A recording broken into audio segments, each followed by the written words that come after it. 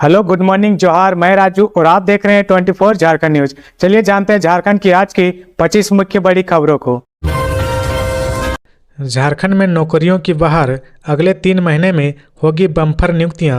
राज्य में अगले 3 महीने के भीतर बड़े पैमाने पर नियुक्तियां होगी। मुख्यमंत्री हेमंत सोरेन और झारखंड हाईकोर्ट के कड़े निर्देश के बाद झारखंड लोक सेवा आयोग और जेएसएससी ने सभी लंबित परीक्षाओं को जल्द आयोजित करने का निर्णय लिया है। दोनों आयोग की 2 दर्जन से अधिक परीक्षाएं लंबित है। कुछ परीक्षाओं का रिजल्ट लंबित है तो कुछ परीक्षा अब तक आयोजित नहीं हो पाई है। अगले 3 महीने के भीतर जिन परीक्षाओं को अंतिम मुकाम तक पहुंचाने की तैयारी की गई है उसमें सबसे महत्वपूर्ण 26,001 पदों के लिए निकाली गई सहायक आचार्य की बहाली शामिल है। इसके अलावे लंबे इंतजार के बाद 11वीं से 13वीं जेपीएससी सिविल सेवा परीक्षा के परिणाम भी घोषित किए जाएंगे। इस तरह से अगले 3 महीने के भीतर करीब 30,000 पदों पर नियुक्ति होने की संभावना है, जिसमें सर्वाधिक शिक्षकों के पद हैं। इस संबंध में छात्र नेता सत्यनारायण शुक्ला कहते हैं कि आयोग पहले जो परीक्षा हो चुकी है उसका रिजल्ट घोषित करे, फिर जो विज्ञापन निकाले जा चुके हैं और वर्षों से उसकी परीक्षा लंबित है, ऐसी सभी परीक्षाओं को प्राथमिकता के आधार पर जल्द से जल्द लेकर रिजल्ट घोषित करे ताकि छात्रों को इसका लाभ मिल सके। उन्होंने कहा कि जेपीएससी मेंस परीक्षा का रिजल्ट 9 महीने से लटका हुआ है। इसी तरह सीडीपीओ फूड सेफ्टी ऑफिसर परीक्षा अधर में लटकी है और छात्र परेशान हैं। डॉक्टर शशि बाला सिंह को बनाया गया रिम्स का अंतरिम प्रभारी निदेशक। डॉक्टर शशि बाला सिंह को रिम्स का अंतरिम प्रभारी निदेशक बनाया गया है। संबंधित अधिसूचना जारी कर दी गई है। बता दें कि बीती देर रात रिम्स के निदेशक डॉक्टर राजकुमार को तत्काल प्रभाव से पद से हटा दिया गया था। यह फैसला स्वास्थ्य मंत्री डॉक्टर इरफान अंसारी, जो रिम्स शासी परिषद के अध्यक्ष भी हैं, ने लिया है। डॉक्टर इरफान अंसारी ने बताया कि राजकुमार को प्रशासनिक लापरवाही और सरकारी आदेशों की अनदेखी के चलते हटाया गया है। उन्होंने कहा कि रिम्स निदेशक ने विभाग और शासी परिषद की ओर से दिए गए कई जरूरी निर्देशों का पालन नहीं किया है। रांची के बीएसएनएल ऑफिस में लगी आग, फायर फाइटिंग टीम की कड़ी मशक्कत के बाद पाया गया काबू। गुरुवार को देर रात राजधानी रांची के शहीद चौक के पास स्थित बीएसएनएल दफ्तर में आग लगने से अफरा तफरी मच गई। घटना कोतवाली थाना क्षेत्र की है, जहां दूरसंचार ग्राहक सेवा केंद्र के पास अचानक आग भड़क उठी। गनीमत रही कि फायर ब्रिगेड और बीएसएनएल की फायर फाइटिंग टीम ने मौके पर पहुंचकर समय रहते आग पर काबू पा लिया। मिली जानकारी के मुताबिक आग बीएसएनएल ग्राहक सेवा केंद्र के पास गलियारे में लगी, जिससे वहां रखे कुछ पुराने सामान और तार जलकर खाक हो गए। आग लगने की सूचना मिलते ही कोतवाली थाना पुलिस और दमकल की गाड़ियां मौके पर पहुंची और त्वरित कार्रवाई करते हुए आग बुझा दी। कोतवाली थाना प्रभारी आदिकांत महतो ने बताया कि बीएसएनएल परिसर में आग लगी थी, लेकिन समय रहते उसे बुझा लिया गया। किसी भी तरह का बड़ा नुकसान नहीं हुआ है। स्वास्थ्य मंत्री इरफान अंसारी का बड़ा एक्शन, रिम्स निदेशक डॉक्टर राजकुमार को पद से हटाया। झारखंड के सबसे बड़े सरकारी अस्पताल रिम्स के निदेशक डॉक्टर राजकुमार को तत्काल प्रभाव से हटा दिया गया है। यह फैसला स्वास्थ्य मंत्री डॉक्टर इरफान अंसारी, जो रिम्स शासी परिषद के अध्यक्ष भी हैं, ने लिया है। डॉक्टर इरफान अंसारी ने बताया कि डॉक्टर राजकुमार को प्रशासनिक लापरवाही और सरकारी आदेशों की अनदेखी के चलते हटाया गया है। उन्होंने कहा कि रिम्स निदेशक ने विभाग और शासी परिषद की ओर से दिए गए कई जरूरी निर्देशों का पालन नहीं किया है। सरकार की ओर से जारी पत्र में कहा गया कि रिम्स अधिनियम 2002 के तहत तय किए गए लक्ष्यों को डॉक्टर राजकुमार पूरा नहीं कर सके, इसलिए उन्हें नियम 9(6) के तहत हटाया गया है। हालांकि सरकार ने उन्हें 3 महीने का वेतन और भत्ता भी देने का आदेश दिया है। यह फैसला मुख्यमंत्री हेमंत सोरेन की मंजूरी के बाद लिया गया है। बता दें कि डॉक्टर राजकुमार को 31 जनवरी 2024 को रिम्स निदेशक के रूप में 3 साल के लिए नियुक्त किया गया था। वहीं डॉक्टर राजकुमार ने मीडिया से फोन कर कहा कि उन्हें पत्र मिला कि जिसमें पद से हटाने की बात कही गई है। फिलहाल वे दिल्ली में हैं और उन्हें हटाने का सही कारण नहीं बताया गया है। स्वास्थ्य मंत्री डॉक्टर इरफान अंसारी ने कहा कि हाल ही में हुई जीबी मीटिंग में विभाग की कामकाज की समीक्षा की गई, जिसमें रिम्स निदेशक की कार्यशैली पर गंभीर सवाल उठे। उन्होंने बताया कि निदेशक ने आदेशों की अनदेखी की है, विभागीय कामों को जानबूझकर लटकाया और जिम्मेदारियों से भागते रहे। इन्हीं सब कारणों से उन्हें पद से हटाने का फैसला लिया गया है। वक्फ बोर्ड कानून को लेकर बंगाल में हिंसा के बाद पाकुड़ में निषेधाज्ञा लागू। केंद्र सरकार द्वारा पारित वक्फ बोर्ड संशोधन अधिनियम 2025 के विरोध में पश्चिम बंगाल के सीमावर्ती क्षेत्र में हुई हिंसक घटनाओं को देखते हुए जिला प्रशासन ने सतर्कता बरतते हुए पाकुड़ अनुमंडल में निषेधाज्ञा लागू कर दी है। अनुमंडल दंडाधिकारी पाकुड़ द्वारा जारी आदेश के अनुसार 18 अप्रैल से 15 मई 2025 तक पूरे अनुमंडल क्षेत्र में भारतीय दंड संहिता की धारा 144 के अंतर्गत विशेष प्रतिबंध लागू रहेंगे। इस अवधि में 5 या उससे अधिक व्यक्तियों के समूह के साथ किसी सार्वजनिक स्थल पर एकत्रित होना, बिना अनुमति के जुलूस निकालना, सभा करना या किसी भी प्रकार का धरना प्रदर्शन करना पूरी तरह प्रतिबंध रहेगा। इसके अतिरिक्त किसी भी व्यक्ति द्वारा पारंपरिक हथियार जैसे लाठी, डंडा, भाला, तीर धनुष या किसी भी प्रकार के घातक हथियार लेकर चलना, प्रदर्शन करना अथवा उसका पूर्ण व्यापार करना भी वर्जित है। जिला प्रशासन ने स्पष्ट किया कि यह आदेश शादी समारोह, धार्मिक अनुष्ठान, शव यात्रा, परीक्षा आदि जैसी आवश्यक विधि व्यवस्थाओं पर लागू नहीं होगा। आदेश का उल्लंघन करने वाले के खिलाफ भारतीय दंड संहिता की धारा 188 एवं अन्य धाराओं के अंतर्गत सख्त कार्रवाई की जाएगी। यह आदेश अनुमंडल दंडाधिकारी पाकुड़ द्वारा न्यायालय के हस्ताक्षर एवं स्वीकृति के साथ 18 अप्रैल को जारी किया गया है। झारखंड को मेडिकल कॉलेज अस्पताल की सौगात। रांची में खुला 220 बेड वाला ESIC हॉस्पिटल। झारखंड को एक और नए मेडिकल कॉलेज हॉस्पिटल की सौगात मिली है। नामकुम में केंद्रीय श्रम मंत्री मनसुख मांडविया ने 220 बेड और 50 MBBS सीट वाले ESIC मेडिकल कॉलेज अस्पताल को उद्घाटन किया।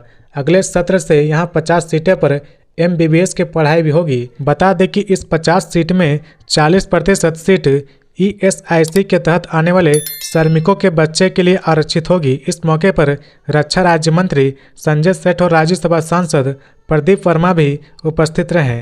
100 करोड़ की लागत से 16,360 वर्ग मीटर क्षेत्र में बने अत्याधुनिक ESIC मेडिकल कॉलेज अस्पताल का लाभ रांची और आसपास के ESIC के अंतर्गत आने वाले करीब 5 लाख श्रमिक परिवार को मिल सकेगा। संजय सेठ ने कहा कि देश 2047 तक एक विकसित भारत बनने की ओर अग्रसर है। रक्षा राज्य मंत्री ने मनसुख मांडविया से खेल के क्षेत्र में भी राज्य को सौगात देने का आग्रह किया है। मुख्य अतिथि की ओर से बीमित श्रमिकों को मिलने वाले कई हित लाभ दिए गए हैं। रांची में अपराधियों ने जेवर दुकानदार को मारी गोली, जांच में जुटी पुलिस। झारखंड में कानून व्यवस्था को लेकर विपक्ष लगातार सत्ता पक्ष पर हमलावार है। इसी कड़ी में राजधानी रांची के रातू थाना क्षेत्र में एक जेवर दुकानदार को अज्ञात अपराधियों ने गोली मार दी। घटना के बाद इलाके में दहशत का माहौल है। गोली लगने के बाद घायल कारोबारी को इलाज के लिए अस्पताल में भर्ती करवाया गया।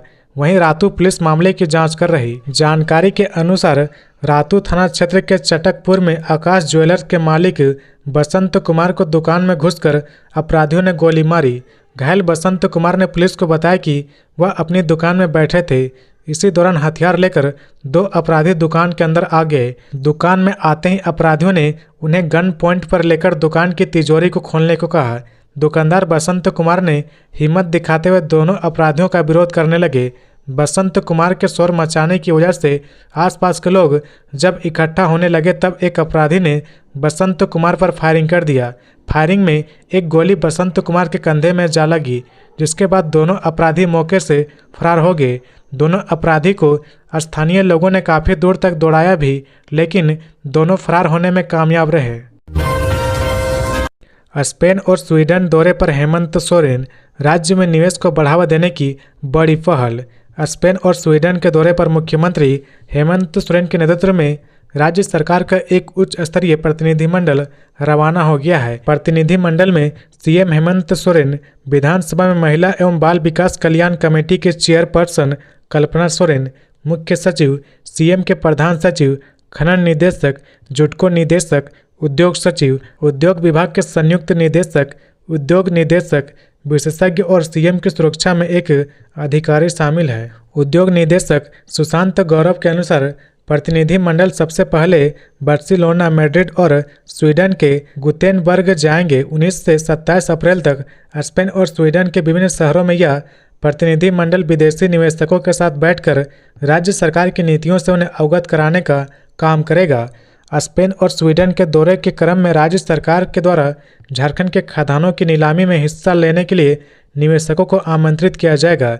इस दौरान राज्य सरकार की औद्योगिक नीति और राज्य में उपलब्ध खनिज संसाधनों के बारे में विदेशी उद्योगपतियों को अवगत कराया जाएगा। इसके लिए मैड्रिड स्थित एक होटल में निवेशकों के साथ एक बड़ी बैठक आयोजित की गई है। नामकुम थाना क्षेत्र में मांस मछली की दुकानों पर अस्थायी प्रतिबंध, एयर शो के मद्देनजर लिया गया फैसला। भारतीय वायुसेना द्वारा आयोजित एयर शो के मद्देनजर रांची के नामकुम थाना अंतर्गत आर्मी ग्राउंड के 200 मीटर के दायरे में सभी प्रकार की मांस और मछली की दुकानों पर अस्थायी प्रतिबंध लगाया गया है। यह प्रतिबंध 18 अप्रैल की सुबह 6 बजे से 20 अप्रैल की रात 11 बजे तक प्रभावी रहेगा। सदर अंचल के अंचल पदाधिकारी द्वारा भारतीय नागरिक सुरक्षा संहिता BNS की धारा 163 के अंतर्गत यह निषेधाज्ञा जारी की गई है। प्रशासन ने यह निर्णय सुरक्षा कारणों से लिया है। 19 और 20 अप्रैल को सुबह 9:45 से 10:45 तक आर्मी ग्राउंड में भारतीय वायुसेना की सूर्य किरण एरोबेटिक टीम द्वारा रोमांचक हवाई करतूतों का प्रदर्शन किया जाएगा। इस दौरान मांस मछली की दुकानों से परिंदों की भीड़ लगने की आशंका है, जिससे एयर शो के दौरान दुर्घटना की संभावना बढ़ सकती है। ऐसे में पक्षियों की मौजूदगी को रोकने के लिए यह प्रतिबंधात्मक कदम उठाया गया है। प्रशासन ने क्षेत्रवासी और दुकानदारों से सहयोग की अपील की है ताकि एयर शो सफलतापूर्वक और सुरक्षित रूप से संपन्न हो सके। रांची में मौसम का मिजाज बदला, झमाझम बारिश और ओलावृष्टि। राजधानी रांची में मौसम ने करवट ले लिया है। यहाँ सुबह से धूप और मौसम साफ था, लेकिन जैसे जैसे दिन बीतता गया आसमान में बादल छाने लगे और वज्रपात होने लगा। इसके बाद बारिश और ओलावृष्टि होने लगी। आसमान से बड़े बड़े बर्फ के गोले गिर रहे हैं। इससे किसानों की फसलों को नुकसान होने की संभावना है। ये जो तस्वीर है वो रांची हुंड्रू की है। यहाँ एक बड़ा बर्फ का गोला गिरने से कार का शीशा टूट गया। हालांकि इससे किसी को कोई नुकसान नहीं पहुंचा है। हालांकि मौसम विभाग ने राज्य के कई इलाकों में तेज आंधी, बारिश और वज्रपात की संभावना जताई है।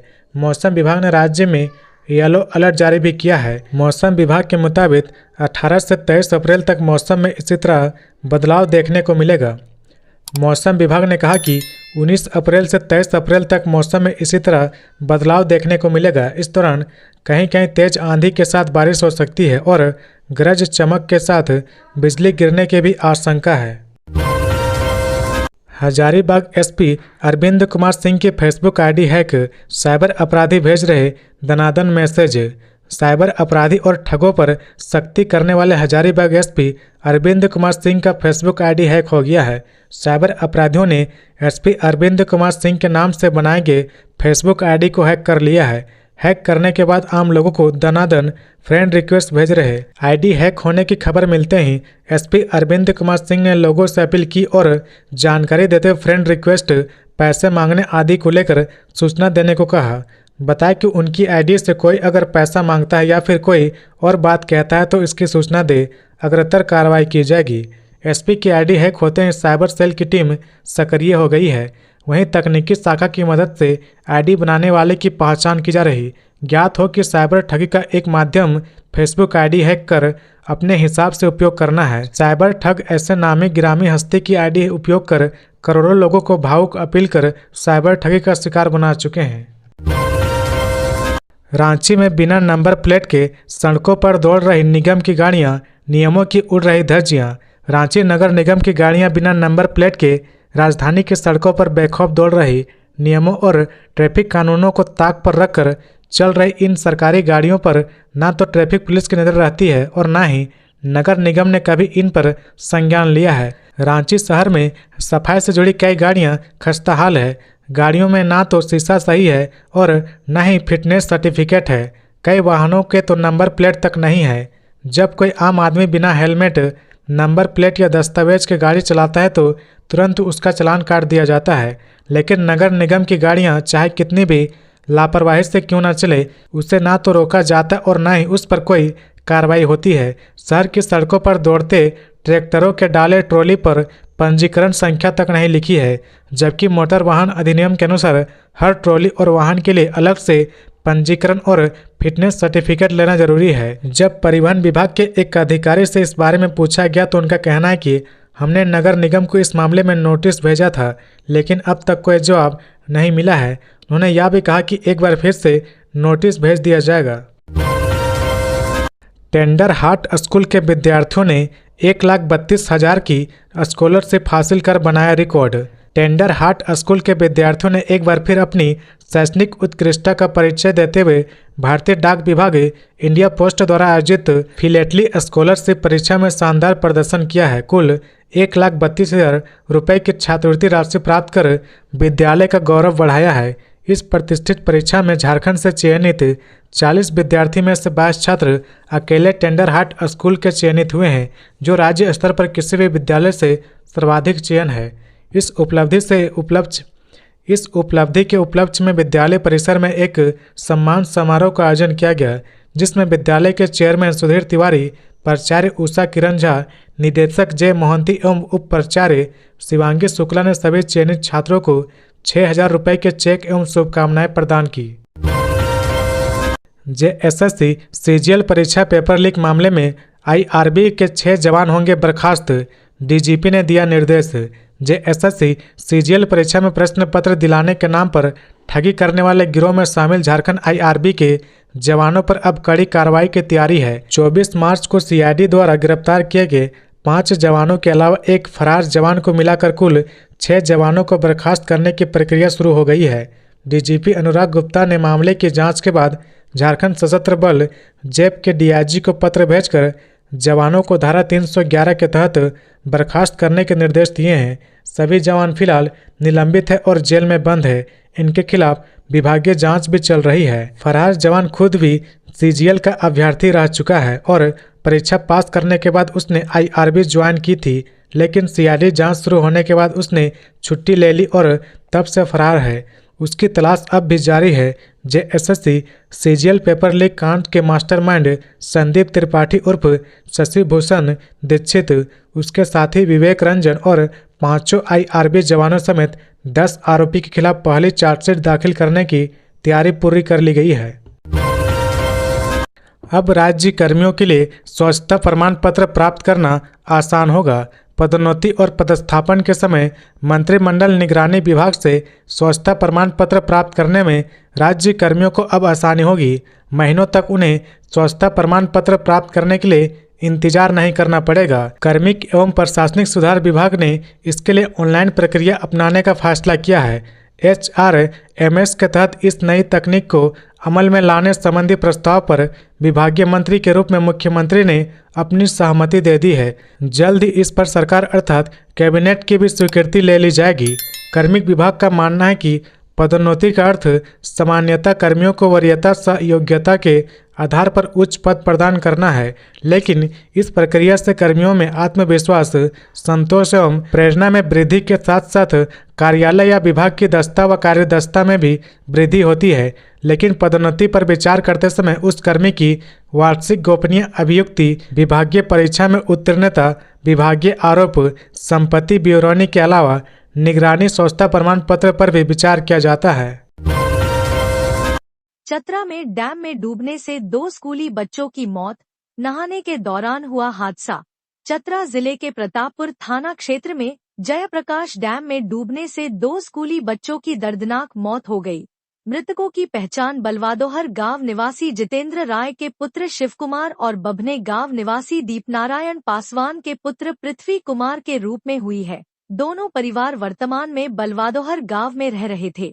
घटना से पूरे क्षेत्र में शोक की लहर है। मिली जानकारी के अनुसार बलवादोहर गांव के 4 स्कूली बच्चे सुबह 11 बजे बिना परिजनों को बताए जयप्रकाश डैम में नहाने गए थे। नहाने के दौरान बच्चे गहरे पानी में चले गए और डूबने लगे। एक दूसरे को बचाने की कोशिश में शिवकुमार और पृथ्वी गहराई में समा गए। बाकी 2 बच्चे किसी तरह बाहर निकलकर गांव पहुंचे और परिजनों को सूचना दी। सूचना मिलते ही परिजन और ग्रामीण डैम पर पहुंचे। स्थानीय तैराकों की मदद से कड़ी मशक्कत के बाद दोनों बच्चों के शव बाहर निकाले गए। शव देखते ही परिजनों का रो रो कर बुरा हाल है। घटना की सूचना पर प्रतापपुर थाना प्रभारी कासिम अंसारी दलबल के साथ मौके पर पहुंचे। पुलिस ने शवों को कब्जे में लेकर पोस्टमार्टम के लिए चतरा सदर अस्पताल भेज दिया।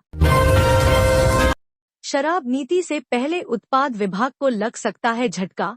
7 जिलों में कर्मियों को 1 साल से नहीं मिला वेतन। ऐसा लगभग तय माना जा रहा है कि जून 2025 से झारखंड में नई शराब नीति लागू हो जाएगी। उत्पाद विभाग इसकी तैयारी में पूरी तरह से जुटा हुआ है। दूसरी तरफ 2024 से 25 के लिए तय 2700 करोड़ रुपए के राजस्व लक्ष्य को विभाग ने वित्त वर्ष खत्म होने से 15 दिन पहले ही पार कर लिया था। विभाग का दावा है कि लक्षित आंकड़े से कहीं अधिक राजस्व की वसूली हो चुकी है और अगले साल के लिए इसे और ऊंचा करने की तैयारी चल रही है। न्यूज विंग में प्रकाशित अक्षय कुमार झा की रिपोर्ट के मुताबिक इन सबके बीच एक बड़ी चिंता चुपचाप आकार ले रही है और वो है राजस्व में संभावित गिरावट। दरअसल नई नीति लागू होने से पहले विभाग प्लेसमेंट एजेंसियों से बिक्री का हिसाब लेगा, लेकिन कई दुकानों में कैश और स्टॉक का ब्यौरा मेल नहीं खा रहा। खास बात यह है कि इसकी जड़ें कर्मियों के महीनों से अटके वेतन से जुड़ी हैं। जून से नई शराब नीति के लागू होने की जानकारी कर्मचारियों को पहले से है, लेकिन जब वेतन न मिले तो उनकी नजर कैश पर ही जाती है। दुकानों का सारा कैश और रिकॉर्ड इन्हीं कर्मियों के पास होता है। ऐसे में कई जगहों पर सेल्स कर्मियों ने बिक्री की रकम में हेरफेर शुरू कर दिया है। शुरुआती जांच में कई दुकानों में बड़ी शॉर्टेज देखने को मिली है। आने वाले दिनों में विभाग को करोड़ों का नुकसान हो सकता है, जिसकी जिम्मेदारी उसी के कंधों पर आएगी। रांची में आज होगा वायु सेना का एयर शो। एक साथ 9 एयरक्राफ्ट आसमान में दिखाएंगे करतब। झारखंड की राजधानी रांची पहली बार भारतीय वायुसेना के एयर शो की गवाह बनने जा रही है। आज 19 और 20 अप्रैल की सुबह नामकुम के खोजाटोली आर्मी ग्राउंड में इस शानदार शो का आयोजन होगा। इसके मद्देनजर रांची के उपायुक्त ने पुलिस और प्रशासनिक अधिकारियों के साथ तैयारियों की समीक्षा कर कई निर्देश दिए हैं।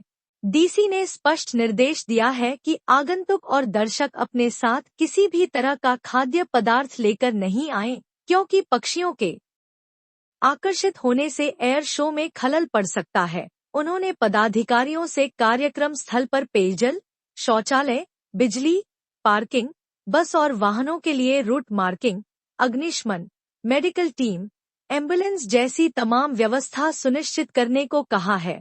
इस एयर शो को वायु सेना की सूर्य किरण टीम लीड करेगी। इसमें हॉक मार्क 132 एयरक्राफ्ट फ्लाई करते हैं। ये एक मॉडर्न फाइटर एयरक्राफ्ट है। कुल 9 एयरक्राफ्ट करतब दिखाएंगे। एयर शो 2 पार्ट में होगा। पहले पार्ट में फॉर्मेशन फ्लाइंग होगा। दूसरे पार्ट में 2 या 3 एयरक्राफ्ट फॉर्मेशन फ्लाइंग करेंगे। सिंगल फॉर्मेशन भी होता है। शो का आयोजन आज 19 और 20 अप्रैल को सुबह 9:45 से 10:45 तक 1 घंटे के लिए होगा। इस एरोबेटिक शो का मकसद आज की युवा पीढ़ी को मोटिवेट करना होता है, ताकि सेना की तरफ उनका रुझान बढ़े। चतरा में पागल बंदर का आतंक, 24 से अधिक लोगों को बनाया शिकार, कई पहुंचे अस्पताल। चतरा जिले के इटखोरी क्षेत्र में इन दिनों एक जंगली पागल बंदर ने आतंक मचा रखा है। पिछले 15 दिनों से यह बंदर लगातार लोगों पर हमला कर रहा और अब तक 2 दर्जन से अधिक लोगों को काट कर घायल कर चुका है। बंदर के बढ़ते उत्पात से स्थानीय लोग दहशत में हैं और वन विभाग की निष्क्रियता पर सवाल उठा रहे हैं। ग्रामीणों ने कई बार इसकी सूचना वन विभाग को दी, लेकिन अभी तक इसे पकड़ने के लिए कोई ठोस कदम नहीं उठाया गया है। इस बंदर ने कई लोगों को अपना शिकार बनाया है। बंदर के हमले से घायल चमेली देवी और शेखर कुमार का इलाज इटखोरी अस्पताल में कराया गया। इटखोरी अस्पताल के डॉक्टर अजीत कुमार ने बताया कि पिछले 1 सप्ताह में इस बंदर ने 15 से 20 लोगों को काटा है। घायलों में ज़्यादातर का इलाज अस्पताल में चल रहा। डॉक्टरों ने चेतावनी दी कि जंगली जानवर के काटने का तुरंत इलाज जरूरी है, अन्यथा भविष्य में गंभीर स्वास्थ्य समस्याएं हो सकती है। लोगों को एंटी रेबीज इंजेक्शन और दवाएं लेने की सलाह दी गई है। पाकुड़ में असामाजिक तत्वों की कोशिश नाकाम, अफवाह फैलाकर माहौल बिगाड़ने की थी मंशा, प्रशासन ने किया चिन्हित। पाकुड़ जिला मुख्यालय में गुरुवार को कुछ असामाजिक तत्वों द्वारा ऐसी अफवाह फैला दी गई कि इलाके में हड़कंप मच गया। अफवाह की सूचना मिलते हैं पुलिस एवं सिविल प्रशासन के अधिकारी शहरी क्षेत्र के गांधी चौक पहुंचे और मौजूद लोगों से अफवाह नहीं फैलाने की अपील की। इधर सूचना मिलते हैं डीसी मनीष कुमार, एसपी प्रभात कुमार खुद लोगों के बीच पहुंचे और उन्हें समझाया बुझाया, अफवाह फैलाने वाले की सूचना देने की अपील की और असामाजिक तत्वों को चिन्हित कर कार्रवाई का भरोसा दिया। स्थानीय लोगों के मुताबिक कुछ लोगों ने यह अफवाह फैला दी कि मारपीट की घटना घटी है। इसके बाद कुछ व्यवसायी अपने अपने दुकानों का शटर गिराने लगे। थाना प्रभारी, अनुमंडल पुलिस पदाधिकारी, अनुमंडल पदाधिकारी दल बल के साथ वहां पहुंचे और दुकानदारों को बताया कि ऐसी कोई घटना नहीं हुई है, यहां पुलिस मौजूद है। तब जाकर कारोबारी एवं दुकानदार ने अपनी अपनी दुकानें को खोल दिया। मरीज बनकर पहुंचे हमलावरों ने आयुष्मान आरोग्य मंदिर की सीएचओ पर कुदाल से किया जानलेवा हमला। जमशेदपुर के एमजीएम थाना अंतर्गत रोहिडी स्थित आयुष्मान आरोग्य मंदिर की सीएचओ ज्योति कुमारी पर शुक्रवार तड़के करीब 8:30 बजे अज्ञात लोगों ने घर में घुसकर कुदाल से जानलेवा हमला कर दिया। हमले में ज्योति कुमारी गंभीर रूप से घायल हो गई। ज्योति कुमारी के सिर पर हमलावरों के द्वारा 4 बार कुदाल से वार किया गया। घटना के बाद घायल सीएचओ ज्योति कुमारी को उनके पति विजय मोहन सिंह पहले एमजीएम अस्पताल लेकर पहुंचे। वहां से सीएचओ की गंभीर स्थिति को देखते हुए टीएमएच रेफर कर दिया गया, जहां ज्योति की स्थिति काफ़ी नाजुक बनी हुई है। फिलहाल टीएचएम के आईसीयू में ज्योति का इलाज चल रहा। बताया जा रहा है कि ज्योति कुमारी पिछले 5 वर्षों से अस्पताल में कार्यरत थी और अस्पताल परिसर में बने कर्मचारी आवास में रहती थी। शुक्रवार की सुबह मरीज बनकर अचानक 4 लोग घर में पहुंचे। जैसे ही ज्योति नीचे पहुंची तभी उन पर हमलावरों ने कुदाल से जानलेवा हमला कर दिया। गिरिडीह समाहरणालय के पीछे धराया शातिर साइबर ठग, 6 राज्यों की पुलिस को थी उसकी तलाश। देश की राजधानी दिल्ली के अलावा तेलंगाना, छत्तीसगढ़, उत्तर प्रदेश, मध्य प्रदेश और राजस्थान के लोगों से ठगी करने के एक आरोपी को गिरिडीह साइबर पुलिस ने गिरफ्तार किया है। पकड़े गए आरोपी का नाम कुलदीप मंडल है। वह गिरिडीह समाहरणालय के ठीक पीछे अवस्थित केलीबाद का रहने वाला है। कुलदीप को गुरुवार की दोपहर साइबर डीएसपी आबिद खान की टीम ने पकड़ा है। साइबर डीएसपी आबिद खान ने बताया कि प्रतिबंधित ऐप से मिली सूचना के बाद एसपी डॉक्टर विमल कुमार ने एक टीम गठित की थी। टीम ने मुस्तफिल थाना इलाके के कैलीबाद में छापा मारा और कुलदीप को रंगे हाथ गिरफ्तार किया। कुलदीप के पास से 4 मोबाइल मिले और जिसमें साइबर ठगी के महत्वपूर्ण सबूत है। सभी मोबाइल को खंगाला जा रहा। रिम्स निदेशक डॉक्टर राजकुमार के हटाए जाने पर सरयू रॉय और इरफान अंसारी आमने सामने हुए। बाबूलाल भी कूदे। गुरुवार देर रात डॉक्टर राजकुमार को रिम्स के निदेशक पद से हटाए जाने के बाद राजनीतिक बयानबाजी शुरू हो गई है। जदयू विधायक सरयू रॉय और स्वास्थ्य मंत्री डॉक्टर इरफान अंसारी के बीच आरोप प्रत्यारोप शुरू हो गया है। इसी बीच प्रतिपक्ष के नेता बाबूलाल मरांडी भी कूद गए। सरयू रॉय ने सोशल मीडिया पर एक पोस्ट जारी करते हुए कहा कि डॉक्टर राजकुमार को रिम्स निदेशक पद से हटाना दुर्भाग्यपूर्ण है। यह कार्रवाई इसलिए की गई है, इन्होंने 2 दिन पूर्व हुई रिम्स शासी परिषद की बैठक में करोड़ों रुपए का गलत भुगतान करने का सरकारी आदेश नहीं माना और सही बातें कह दी। इनके द्वारा रिम्स में किया जा रहा सुधार सरकार को रास नहीं आया।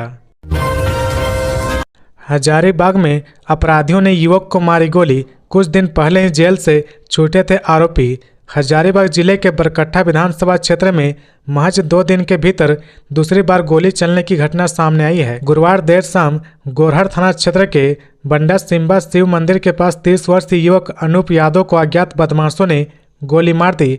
घटना के बाद इलाके में सनसनी फैल गई। मिली जानकारी के अनुसार अनूप यादव मंदिर के पास स्थित एक गुमटी में बैठा था। तभी 5 युवक बाइक से पहुंचे और उस पर तबाड़तोड़ गोलियां चला दी। युवक को 3 गोलियां पीठ में लगी। परिजन उससे पहले सामुदायिक स्वास्थ्य केंद्र ले गए, फिर गंभीर हालत में आरोग्य अस्पताल रेफर कर दिया गया। अनूप यादव ने पुलिस को बताया कि हमलावरों में शशांक, विक्रांत, उमरांत, हरिओम और सचिन पांडे शामिल थे। उसका कहना है कि सरस्वती पूजा के दिन स्कूल में जुलूस के दौरान छेड़खानी की एक घटना को लेकर आरोपियों से बहस हुई थी, तभी से उसे धमकी मिल रही थी। धनबाद में पत्रकारों पर हमला का गिरिडीह में विरोध। बाबूलाल मरांडी ने कहा, कांग्रेस दबाती रही है मीडिया की स्वतंत्रता। 2 दिनों पूर्व धनबाद में पत्रकारों पर हमला हुआ था। इस हमले का वीडियो फुटेज भी सामने आ गया है। ऐसे में इस हमले का विरोध भी शुरू हो गया है। शुक्रवार को गिरिडीह में पत्रकारों ने इस हमले का विरोध किया और हमला करने वालों को गिरफ्तार करने की मांग रखी। साथ ही साथ पत्रकार सुरक्षा कानून को भी लागू करने की मांग रखी गई।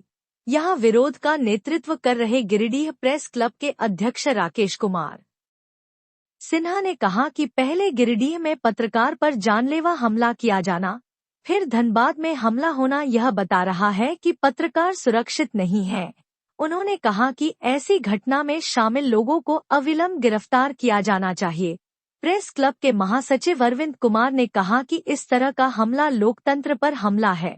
सूबे की सत्ता में शामिल कांग्रेस के लोगों के द्वारा इस तरह का हमला किया गया है। ऐसे में कांग्रेस पार्टी को भी कार्रवाई करनी चाहिए थी।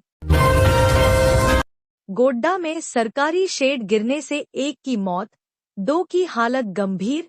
गोड्डा जिले के रमला में एक शेड गिरने से एक बच्चे की मौत हो गई है, साथ ही 6 बच्चे भी घायल हो गए हैं, जिसमें 2 की हालत गंभीर है।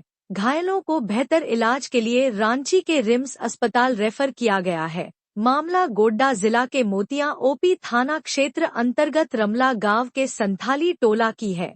मंत्री संजय प्रसाद यादव के बेटे रजनीश यादव ने कहा कि इलाके में सुबह से बारिश हो रही है। बारिश के कारण सभी बच्चे घर से निकलकर एक पुरानी सरकारी शेड के नीचे खेल रहे थे। तभी अचानक तेज बारिश से शेड ढह गया। छत गिरने से लगभग 6 से 7 लोग दब गए थे, जिसमें से अमीन सोरेन की इलाज के लिए अस्पताल ले जाने के क्रम में मौत हो गई है। वहीं 2 किशोर की हालत गंभीर है। सभी को इलाज के लिए सदर अस्पताल में भर्ती कराया गया है। गंभीर रूप से घायलों में श्री हांसदा और मार्शल सोरेन शामिल हैं। घटना में मृतक आमीन सोरेन के माता पिता नहीं हैं। धनबाद में मंदिर में पूजा के दौरान महिला की सीढ़ी से गिरकर मौत, सुरक्षा व्यवस्था पर उठे सवाल। धनबाद के मैथन के संजय चौक बाईपास स्थित श्री बालाजी मंदिर में गुरुवार को एक दर्दनाक हादसा हो गया। पूजा करने आई आरती देवी नामक महिला श्रद्धालु की सीढ़ियों से गिरने से मौत हो गई। हादसे के बाद उन्हें पास के डीबीसी बीपी नियोगी अस्पताल ले जाया गया, जहां डॉक्टरों ने उसे मृत घोषित कर दिया। आरती देवी के बेटे सौरभ कुमार साव ने बताया कि वे चिरकुंडा ऊपर बाजार से अपनी मां के साथ पूजा करने के लिए मंदिर आए थे। मां मंदिर के ऊपरी तल पर श्री श्याम खाटू की पूजा कर रही थी और परिक्रमा कर रही थी। तभी अचानक गिरने की आवाज़ आई। सौरभ ने दौड़कर देखा तो उनकी मां सीढ़ियों के पास जमीन पर गिरी हुई थी और सिर से खून बह रहा था। तुरंत आसपास के लोगों की मदद से अस्पताल ले जाया गया, लेकिन उसे बचाया नहीं जा सका। तो ये थी आज की झारखंड की टॉप बड़ी खबरें। इसी तरह झारखंड की हर छोटी सी बड़ी खबर देखने के लिए आप हमारे चैनल 24 झारखंड न्यूज को सब्सक्राइब करके बेल आइकन प्रेस कर ले, जिससे झारखंड की हर छोटी सी बड़ी खबर की अपडेट आप तक पहुंचता रहे। तो आज के लिए बस इतना ही। हमें दीजिए इजाजत, फिर मिलते हैं नेक्स्ट न्यूज में।